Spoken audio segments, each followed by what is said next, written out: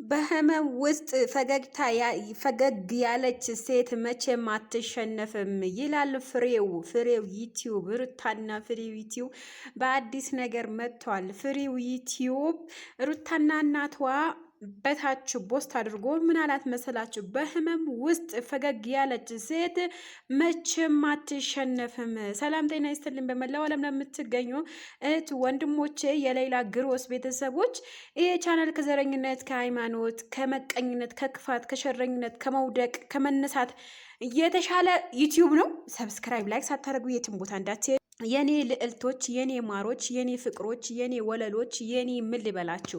ፍሬው ዩቲዩብና ሩታ ሀብቴ ዩቲዩብ ወይም ደግሞ ሩታ ግሮስ የሆነችዋ ምን ይላል?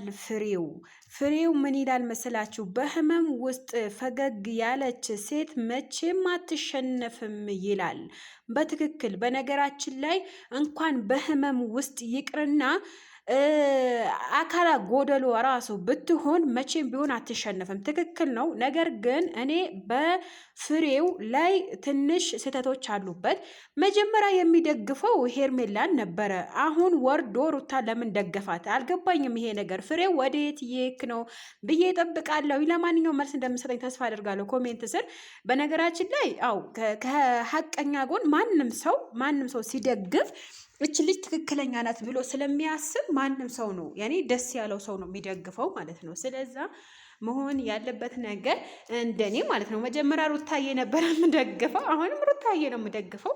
ነገር ግን ሀቅ ካልሆነች ወይም ደግሞ ሀቅ ከሌላት እኔ ከሀቀኛ ጎን ነው የምቆመው። ከዝሙተኛም ጋር አይደለም፣ ከሀቀኛ ከትክክለኛ ሰው ጋር ነው መቆም የምፈልገው ማለት ነው። ምክንያቱም ማን ሀቅ እንደሌለው ማን ሀቅ እንዳለው ስለሚያስታውቅ ዩቲዩብ ብዙ ነገር ሊያስባላ ይችላል። በዚች ህይወት ላይ ደግሞ ተስፋ መቁረጥን የለብንም። እንደውም ከወደቅን መነሳትን ከተነሳን መውደቅን አለ በዚች ምድር ላይ ማለት ነው።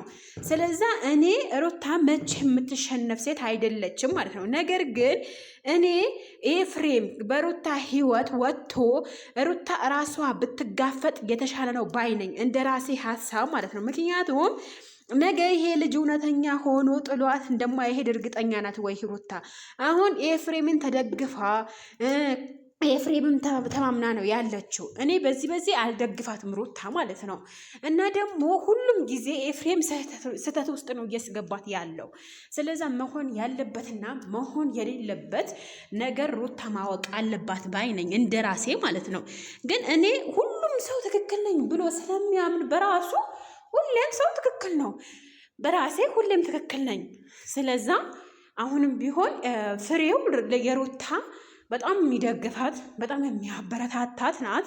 ነገር ግን በዛውም ላይ ሩታን ብቻ ሳይሆን መናገር ያለብን ከሷ ጎን ያሉት ስህተተኞች ወይም ደግሞ ወደ ስህተት የሚያስገቧትን ከሷ ህይወት ማራቅ እንዳለብን ሁላ ኤፍሬም መናገር አለባችሁ ማለት ነው። ሩታን ተናግራችሁ ወይም አብርሃም ተናግራችሁ ወይም ደግሞ እንትና ማን ነው ኤፍሬም ዝም ለምን ትፈሩታላችሁ? እኔ ያልገባኝ ነገር አብርሃምም ኤፍሬምን ይፈራዋል።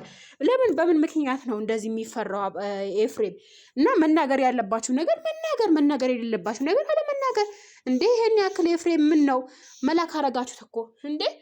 እንደውም ከሩታ ህይወት ኤፍሬም መወገድ ያለበት መውጣት ያለበት እና ካልወጣ ሩታ መቼም ትክክል አሰራው ማለት ነው ባይነኝ እንግዲህ